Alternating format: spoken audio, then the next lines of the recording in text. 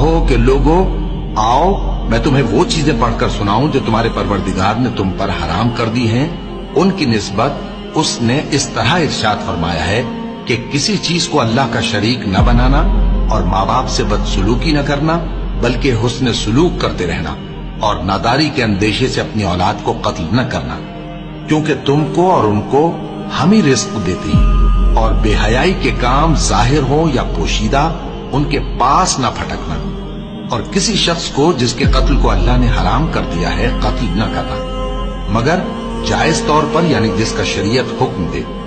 ان باتوں کی وہ تمہیں تاکید کرتا ہے تاکہ تم سمجھو، اور یتیم کے مال کے پاس بھی نہ جانا مگر ایسے طریق سے کہ بہت ہی پسندیدہ ہو، یہاں تک کہ وہ جوانی کو پہنچ جائے، اور ناپ اور تول انصاف کے ساتھ پوری پوری کیا کرو۔